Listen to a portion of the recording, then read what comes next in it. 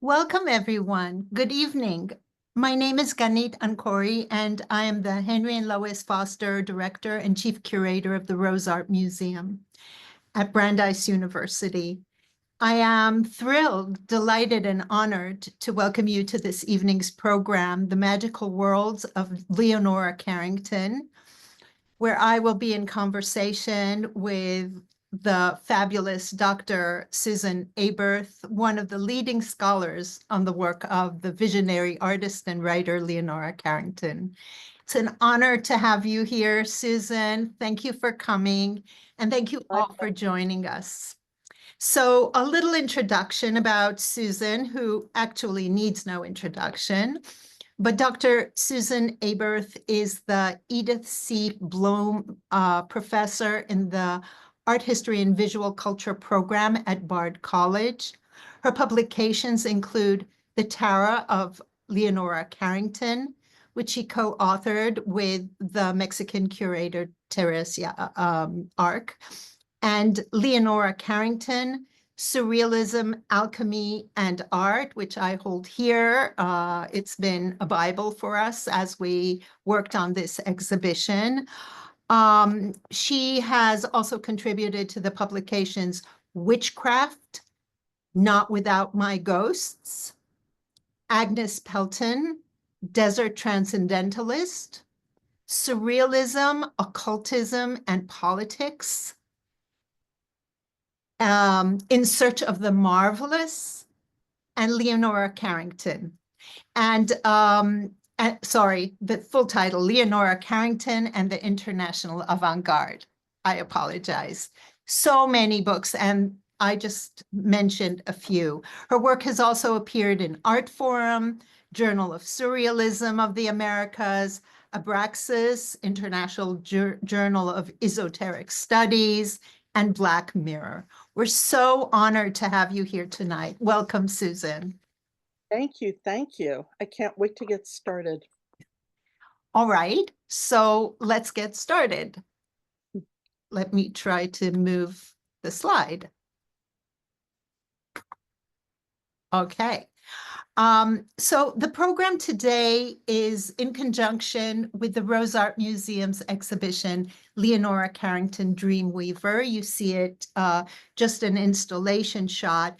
And we thought that I would just set the stage and give a little introduction about the exhibition and about the artist before we just start looking at works and hearing from Susan. So the exhibition Leonora Carrington Dreamweaver is the artist's first solo show in New England, and it features rarely seen paintings and drawings by British-born Mexican surrealist artist and author Leonora Carrington. Her dates: she was born in 1917 and passed away in 2011. So spanning over 6 decades of prolific creativity and reflecting a tenacious quest for knowledge, the artworks on view present mesmerizing portals into otherworldly realms of magic and mystery, populated by hybrid creatures and esoteric symbols.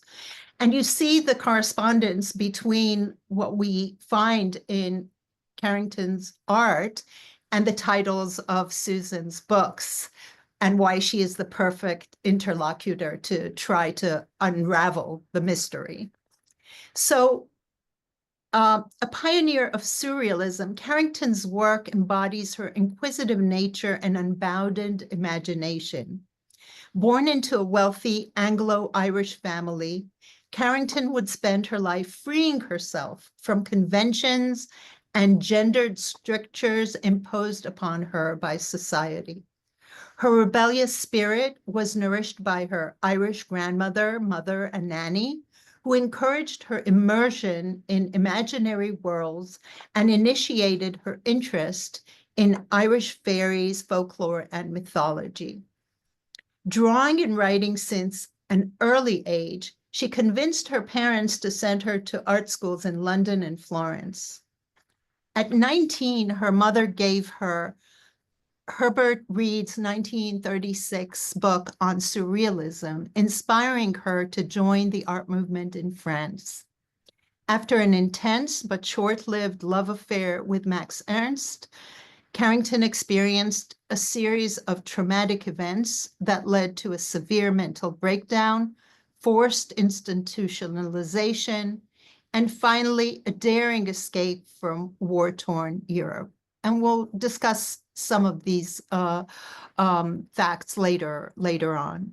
She settled in Mexico in 1942 when Mexico opened its doors to European refugees, and she lived the rest of her long and very productive life in her adopted homeland. So the show, Leonora Carrington Dreamweaver, highlights the artist's versatility as she explored a wide variety of mediums, including tempera, gouache, acrylic, oil, pencil, pen, and fiber. She was really a virtuoso. Additionally, among the numerous drawings in the show are preparatory sketches for paintings and a mural revealing Carrington's creative process as well as her virtuosity.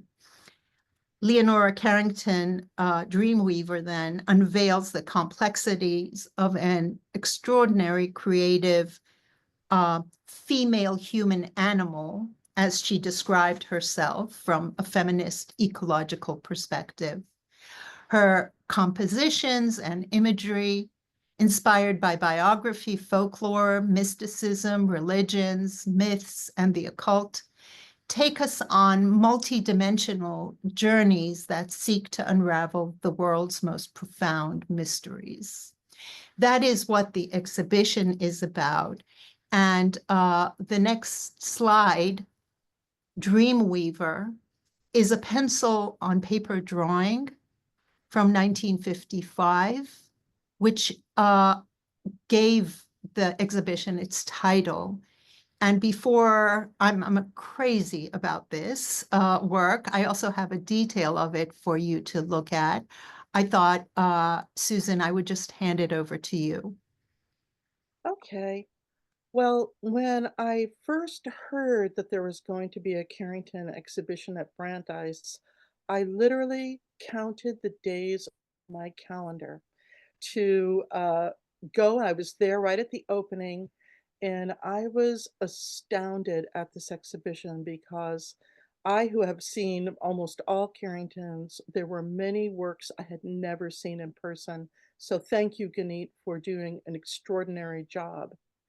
And the first thing that really struck me was your placement of drawings next to paintings. And so often, Carrington's incredible corpus of drawings are ignored. It is my fantasy to do volumes of books just on the drawings. So wonderful are they? And this drawing is the perfect introduction to your exhibition. Dreams were extremely important to the surrealists, who believed they provided access into the unconscious, which in turn then inspired their own artwork. Carrington herself placed a lot of importance on dreams as well, and she filled many, many notebooks with her careful recordings of her dreams. She underwent both Freudian and Jungian analysis, and of course, dreams play an important role in those psychological therapies. However, dreams provided her also with inspiration for other aspects of her paintings. And in her dreams, she was able to travel to other dimensions. She met with and spoke with all manner of beings and entities, and she recorded these mysterious encounters in her work.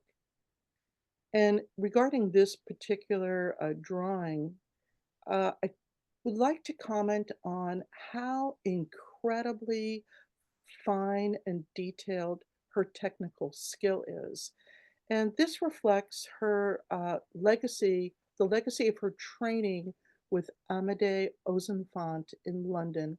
She studied with him, I think, for maybe 6 to 9 months, and he vigorously trained her to use hard pencils. Even when she was drawing in the mental institution, her drawings are of an extremely fine quality. And in fact, they are almost like weavings themselves. And I love this one because this dreamy, beautiful female creature is almost weaving this monstrous, beautiful animal beast with a little needle. Do we have it? Is this the detail? Yeah, Oh, beautiful. yeah. So on the left is the full work where you see that she also weaves a cocoon around herself, connecting her with the beast, who's actually a benevolent beast. And we'll see him, that creature appears and reappears in her work. Um, yeah, it's beautiful and it's just pencil.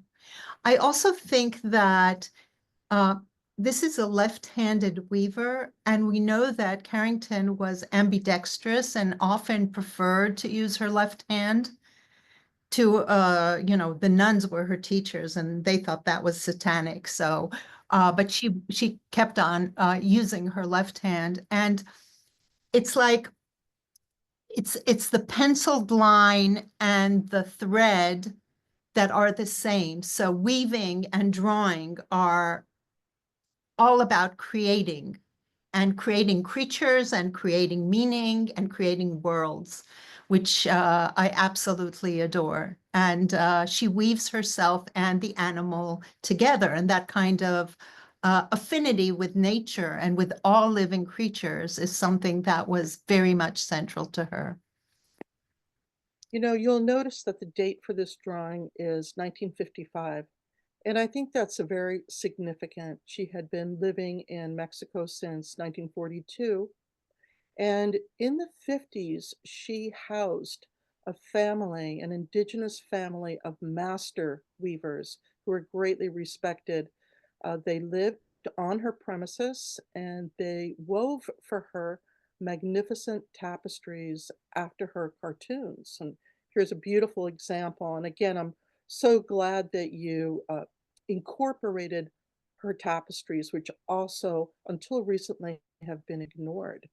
Yeah. And she And in writes, this, go on, go on. you go ahead. You go on, Susan, Well, please. there's so much to say, but to me, they remind me of medieval heraldic tapestries that would hang in castles. And they combine, however, Mexican iconography, medieval bestiaries, leaf plants. You can see all different natural elements. And of course, this is some high quality wool. Right. So she made the drawings, and they also built a special loom, which she says was so beautiful. And the family lived on her property. So she said for almost 10 years. I don't know if that is true. And Absolutely. yeah, and all through the 50s until the father of the family passed away.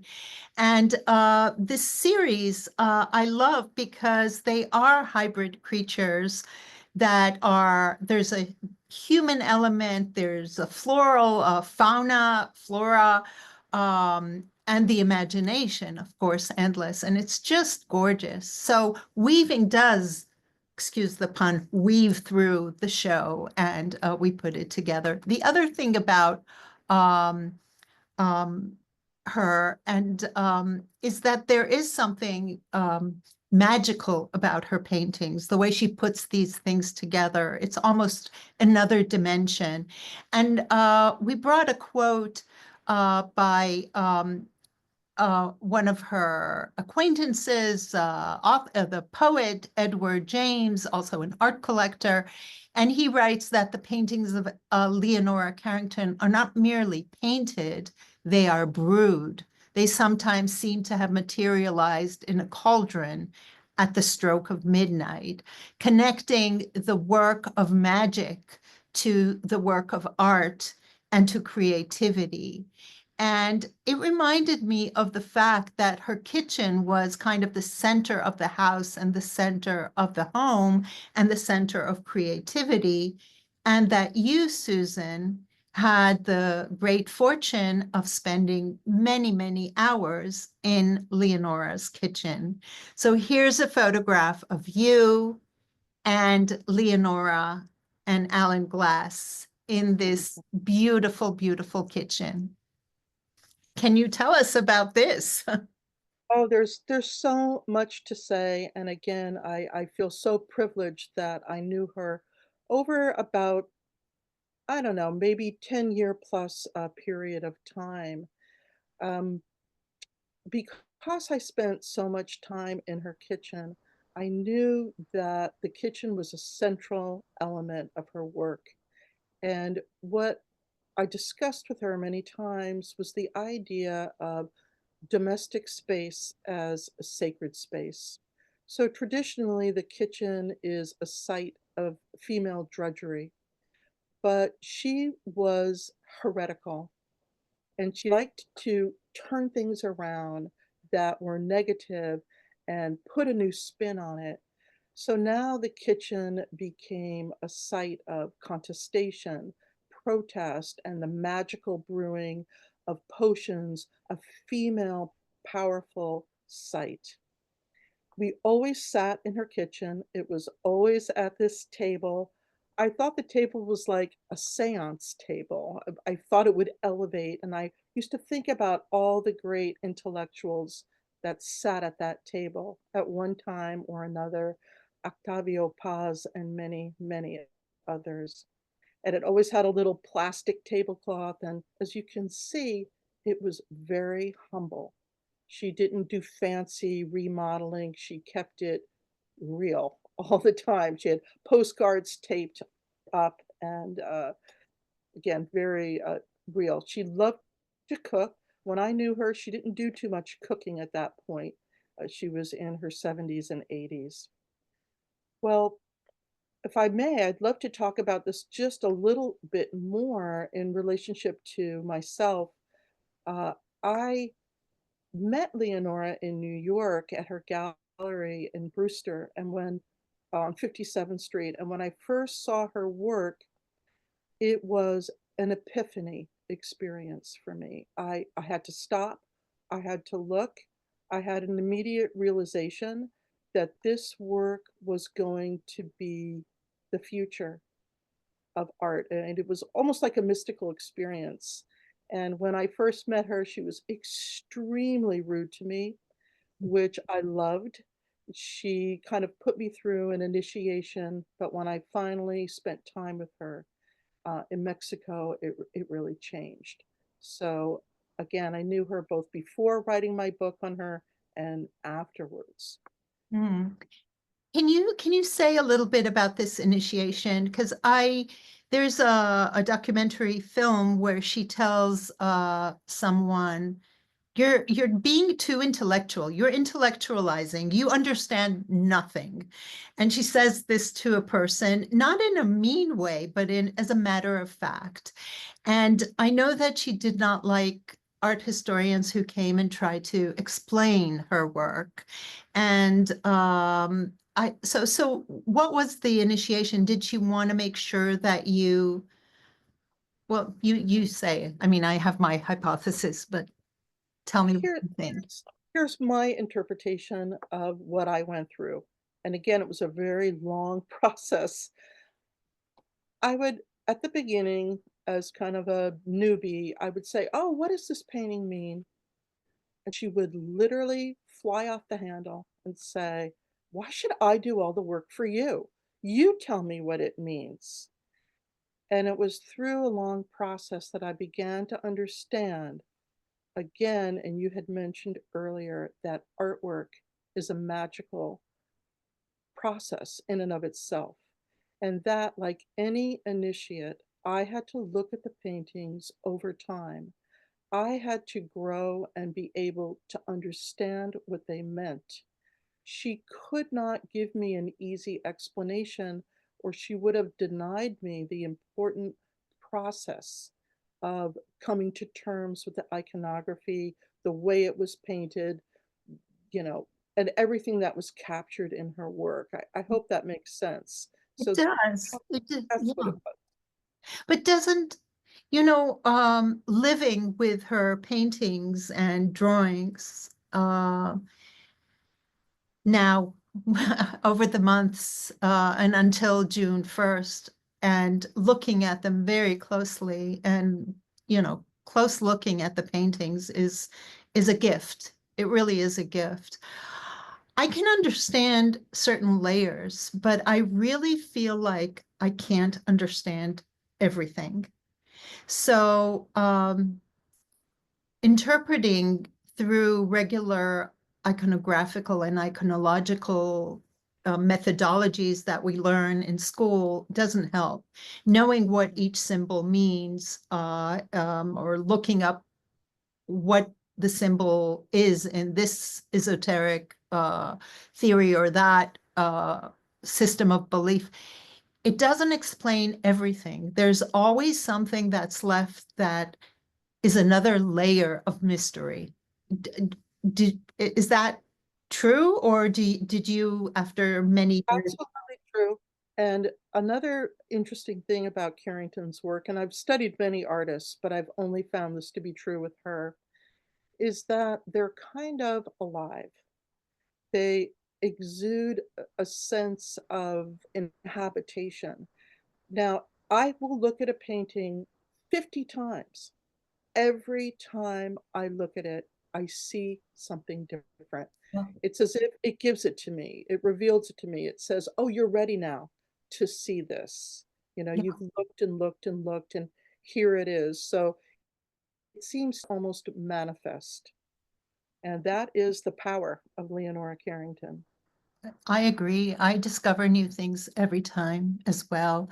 Let's move on to this. I love this photograph. Of course, with the cigarettes that were part of what you Always, did, right?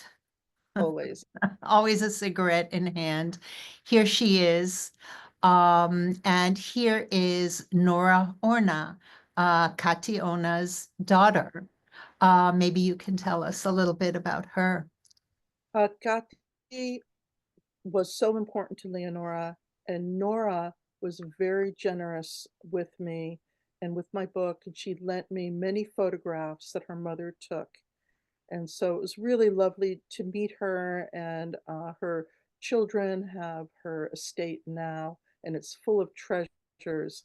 But we were always smoking, and I thought about it beforehand. And when I first went to Leonora's house, because she was notorious for not answering the door, when I was at the door, I had a carton of cigarettes as a gift, along with English tea, and that really helped open the gates for me to enter. So we was always smoking. I was always smoking. She said she had started smoking at 10, and she certainly wasn't going to quit. And she did live till 94. So Yeah, that tells us something. I don't know what. We'll talk about Kationa in a little bit when we talk about the community that Leonora created around her that included Kationa and Remedios Varo, her husband Chiqui Weiss, and others. But the way the show, I think it's time to look closely at some artworks. The way the show is built, the first, after we see the drawing, we have a few artworks, drawings, and paintings. As you said, I combined them all, that talk about her formative years, her childhood, and the early influences. So the first one has to do with childhood. I'm saying childhood and not just her childhood. We do have a quote that our wonderful programs guru Maddie Delpha put up for us. Do you think anyone escapes their childhood? I don't think we do. That kind of feeling that you have in childhood of being very mysterious. And she continues, so many people think that this is actually related to her own children being born, and you can talk about that a little bit. But also, when you have children, you often think about your own childhood, and it brings you back. So, do you want to start thinking about this. I also have a few details that we can discuss. Yeah, I like your details very much. Motherhood was a great joy and mystery to Carrington, and she adored being a mother. She loved passionately her children. She was a fantastic mother. But I agree with you. I think all parents re-experience their childhood through their children, and she was estranged from her uh, home forever. She never saw her father again when she left England in 1937, and she saw her mother. Her mother came to Mexico only once, but she grew up in a big Edwardian mansion called Crookie Hall, full of mystery. And I think this room expresses the mystery of this beautiful, spooky house that she grew up in. And with a nanny, her children did not have a nanny, so I do think this pertains to memories of hers. Can we see a detail? Well, this is a detail of the work as it hangs in the rows with two preparatory sketches for the main figures. And here you have a detail of her pregnant with her second child weaving. So the weaving thing goes on. And here's another detail. Could you go back to the weaving? No, yeah, sorry. Yeah, backwards. That's okay. Yeah, perfect.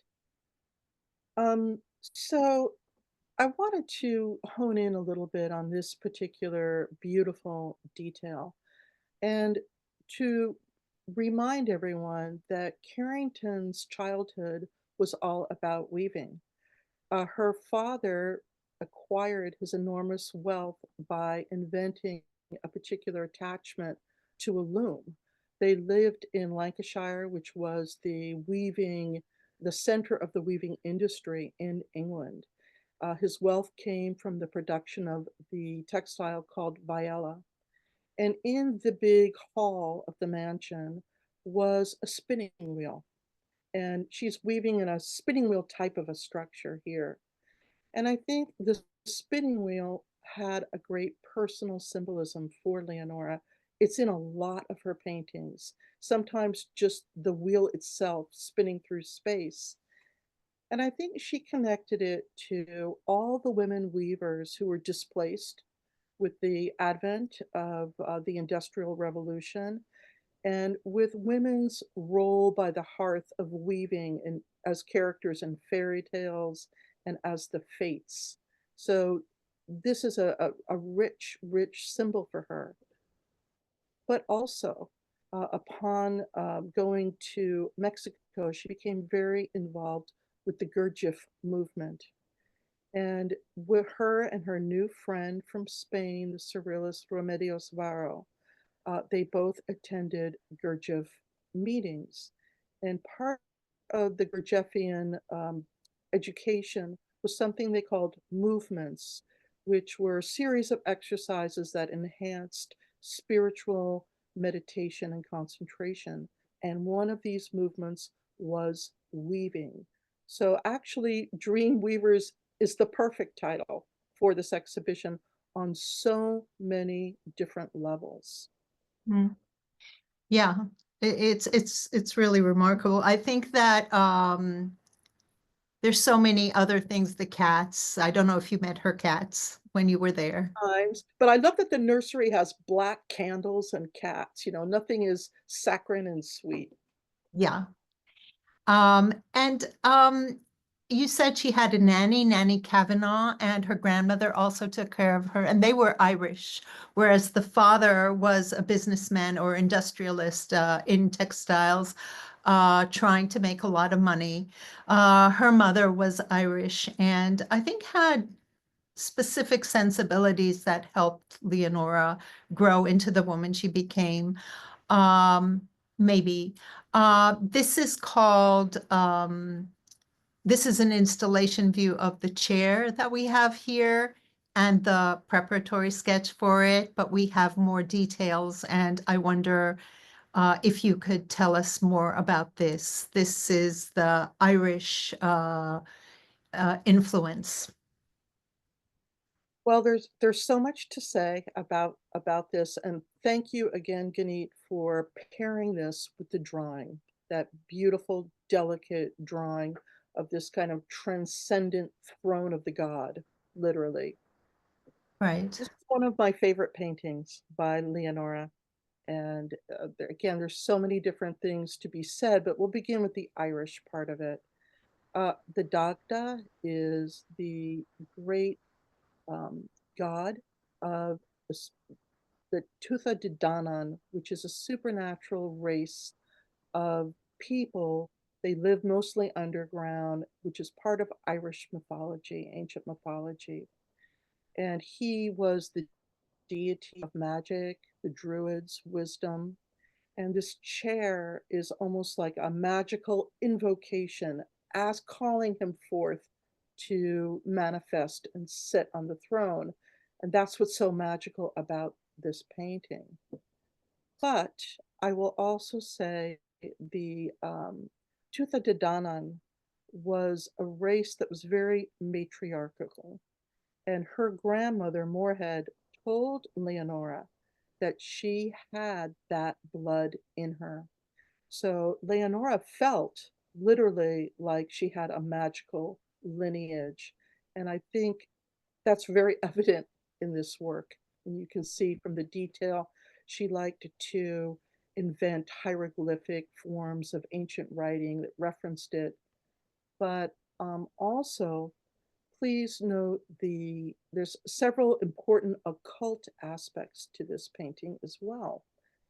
And one of them is the black and white checkered floor and the black and white structure of the chair. And in most occult traditions, black and white is a signifier of the reconciliation, duality of opposites. You see them in Masonic temples and in many other types of magical spaces. Do you think I could have the next image? Uh, Is there, because Yeah, I I talk wanted about us to egg. talk a little bit about, you'll talk about the egg, but Okay. the sun image, the sun that becomes a human, that becomes a flower, the same kind of hybridity, and a lot of the symbolism. It's a sun-based goddess that is discussed. I brought this detail here. That's great. Do you think that that's a clover, that that's Irish, Gannit? I wanted to ask you that. I Yeah, wasn't. I thought that that was a clover. Yeah, that was a clover.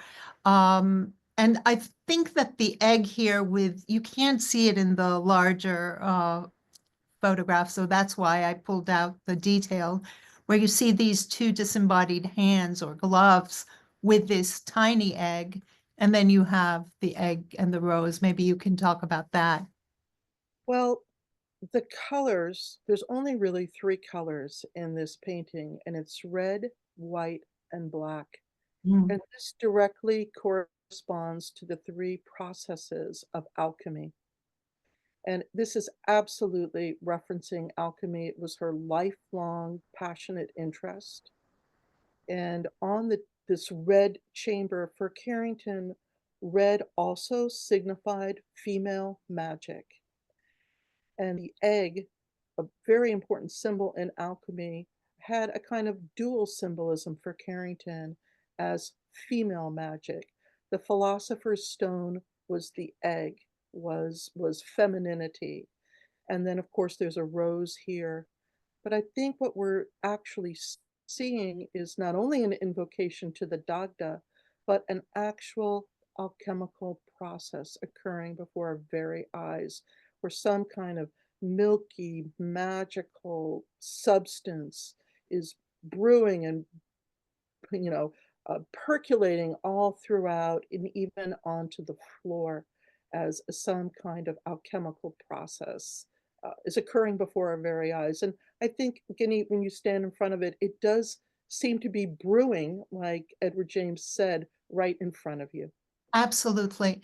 And for me, the motion is amazing because it's like she paints with light rather than with paint, and with something that moves, because the light seems to turn this around and it's actually becoming rather than there in front of you. And here too, wherever you look, there's something occurring. Wherever you look, there's magic. And the more you look, the more you see, if you're And it's attuned to it. Yeah. exactly right. It's almost like in alchemy, there's an oven used, an athanor, and it's like we're in an oven. We're in a kind of magical female womb. Carrington's work seems to me really multivalent. It operates, like you said previously, on so many levels simultaneously. And that's very interesting. Very interesting. Very, very interesting. Well, the next painting that relates to her childhood is both sinister and funny, and it's called Nunscape at Manzanillo. And she was sent to convent schools too, and was expelled from convent schools too. The nuns were definitely did not understand her, did not appreciate her imagination, her art, her anything about her. They made her feel like a misfit and said, this child will never learn and will never learn how to play. She can't do anything, etc. And well, thankfully, her parents let her go to art school instead. And as you mentioned before, she did study drawing in London with Ozenfant. By the way, in the exhibition, we have a portrait that she made of him when she was 17. So please come and see it. It's pretty amazing that you mentioned her teacher and then she draws it, and then we happen to have it in the exhibition. But you want to take a stab at this? I have these two details where So you many see, things. yeah, one of the nuns fainting, another one drowning here, another one cleaning a fish. She did not like the nuns very much.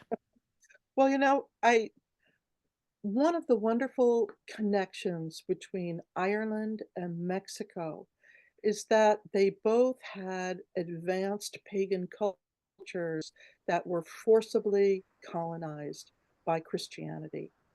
And their original religious beliefs did not disappear, they hid underneath.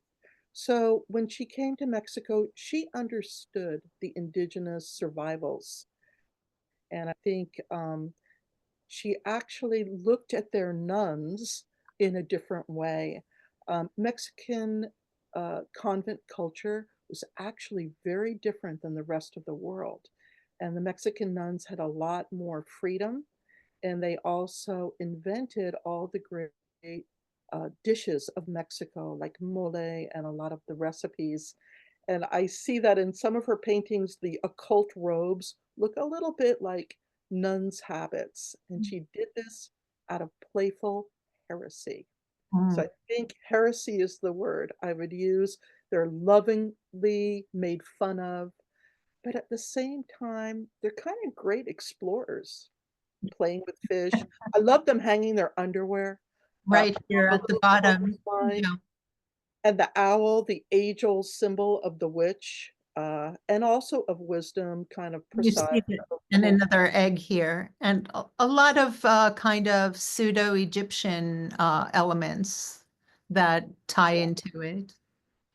Another thing that we didn't mention because we know it to be true and may be obvious to us, but she is such a magnificent painter.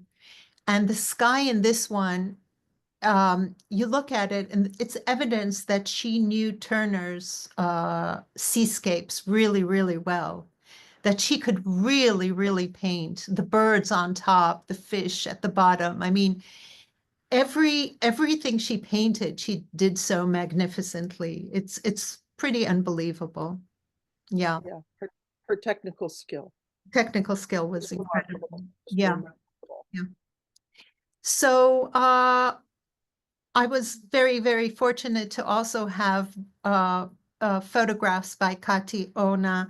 So just to say, Kati Ona, her full name was Katalin Deutsch. She was a Hungarian photographer, very, very brave. Took photographs in the Spanish Civil War and then was caught up in Nazi Europe, Nazified Europe, and escaped to Mexico again, and became really, really good friends with both Leonora Carrington, Remedios Varo, and through her, um, Leonora met her husband, Chiki Weiss. They were a whole group of refugees who escaped war-torn Europe, intellectuals, photographers, surrealist artists. And the next painting that I want to show is one that's called The Last Resort. It's the doorway leading to Kati Ona's studio. And the last resort is also the last refuge. All of them adopted Mexico with a lot of love and passion. So again, you look at it, it looks like a simple doorway, but when you look closely, you see a guardian angel of some sort, again, painted with light and motion, not with paint. And there are other elements like the scorpion, the partridge, and you had some insights about that. The partridge, I always think of as a staple of British hunting culture, also appears in a number of her works. And the way the scorpions are placed seem very magical. But I think when you were talking previously about the sky, and it's evident in this close up, she was able to depict liminal spaces. It seems like in this background, this solid wall here is melting away before your very eyes, like some kind of energetic field. So you stand at what you understand as a threshold. This isn't just a mere doorway, right, to a home. It's a threshold to friendship, to safety, to solace, to magic. And Leonora was very, very close. Gati's husband, Jose Ordna, who she worked with, he did a lot of sculptures for her that she painted. It was such an important relationship to her. Wow. So I'm Yeah, love yeah. it. And another friend or friends were Ruth and Leon Davidoff. And this is called Rabbis Leon Davidoff. Uh, this is probably a humorous portrait of him. He was Jewish, born in 1925 in Danzig. Today it's Gdansk, Poland. He was in a concentration camp. He fled, found refuge in Mexico, 1941, and was part of this incredibly prolific group. I want you to notice here, for me, this is incredible because there are a lot of symbols, and everywhere you look, you find something new. Again, the birds on top, the fish at the bottom. And if you look underneath, there's always another layer of meaning. Here you have these animals, a horse, uh, an owl, another creature. And you had something to say about the upside down hanging man. The Hanging Man comes directly from the tarot card of the same name. And Leonora was deeply immersed in the study of the tarot at this time and actually throughout her entire life. And her personal emblem was the Hanged Man. And this figure will appear over and over again in her stage sets, in her tarot cards that she created later, and in her paintings.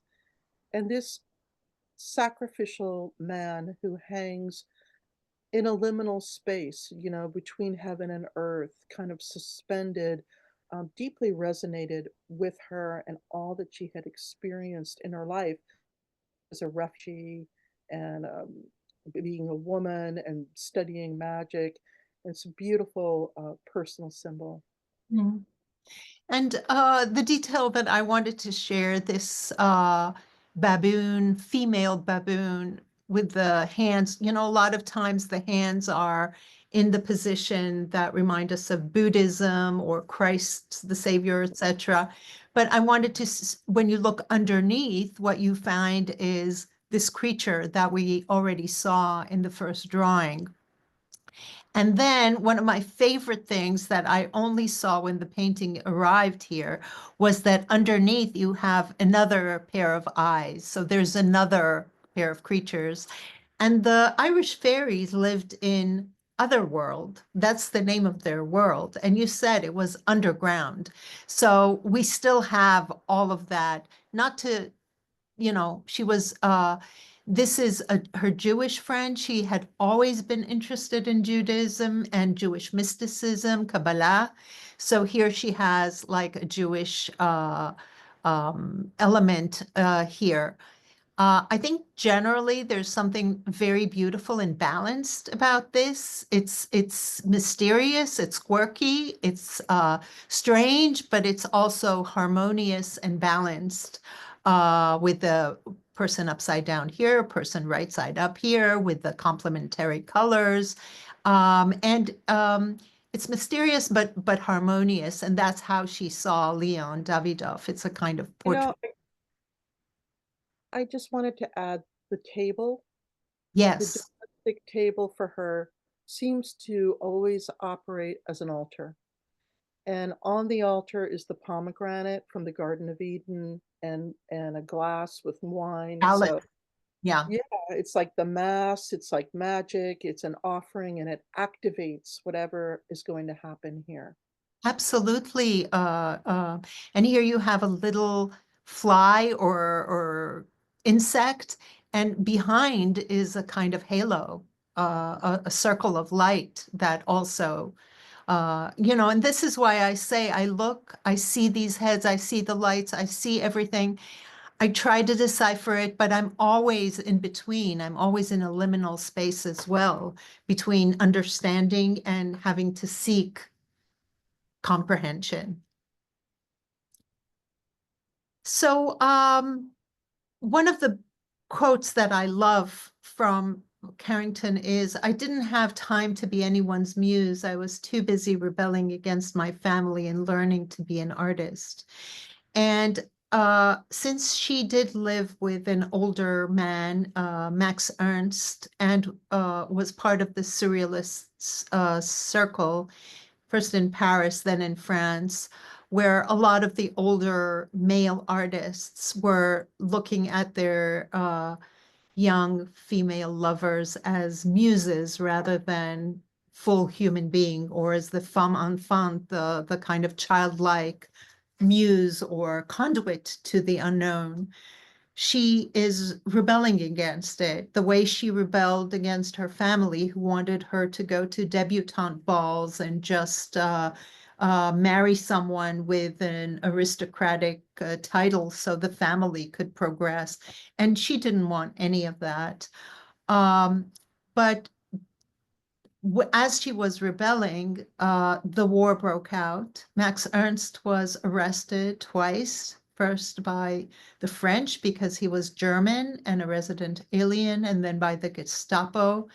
And she went absolutely, she was so worried, and she neglected herself until a friend told her to, they just picked her up and took her away. But then she had a few harrowing experiences. Perhaps you can tell the story, Susan. Well, I think this is a good time to mention that in addition to being a highly prolific artist, painter, drawer, designer of many things, stage designer, She is an incredible author as well, publishing many short stories and novellas. And she wrote about her experience in the asylum in a wonderful piece of writing called Down Below, which I highly encourage everyone to read. It's actually the first narrative by a patient about their descent into madness and their return. And although she was rebelling against being a muse, and you can see from the photograph, she's extraordinarily beautiful, she had the full respect of the male surrealists. André Breton was very interested in her work and supported her always. While she was in New York, she was close to Mata and also Kurt Seligman, who she would have a long professional relationship with. So she was able to overcome her incarceration in the asylum and gain everyone's respect for it and move on. Again, I could talk so much about it, but I Yeah, don't go I further here. yeah, we have about 10 minutes, but this is when she came to New York. She married, she somehow escaped from the asylum. It was a horrible, horrible experience, and what she went through before and what made her descend to madness, and it was very violent, and the treatment was very violent. And what Susan said is absolutely true. We get a crystal clear description in the first person of what it feels like to go mad and to go through treatments that are so difficult. She found her way to Portugal, where she married a Mexican diplomat. His name's Leduc, and he married her uh, just so that she could escape war-torn Europe. They first arrived in New York, where Max Ernst was already married to Peggy Guggenheim, and she met the Surrealists. And this is, I think, from that period. And what happened then, what made them go to Mexico? Well, it was a very awkward situation being with Max and his new wife. She didn't hold anything against Peggy Guggenheim. She liked her very much, but she had outgrown her role as the kind of younger muse of Max Ernst. And actually, she was very much at that time in love with Renato Leduc. He wanted to return to his home of Mexico City, and she thought it would be a good time for a change. And she left, arrived, and never left again Mexico. And I think it was a good choice on her part. Right. So I already quoted her saying I was born a female human animal, but I chose this drawing, which is called Soul Elephant Woman, which is usually believed to be kind of how she felt in the asylum. The story of the elephant man, the man with deformities who is mistreated and devalued. But this is a female. You see the arms, and she is this elephant woman is chained, bleeding, punctured with arrows. So a way of showing a hybrid creature uh, being part of her animal self, her female self, her human self, but also a kind of a drawing that describes the suffering that she went through. Um, You know, Go on.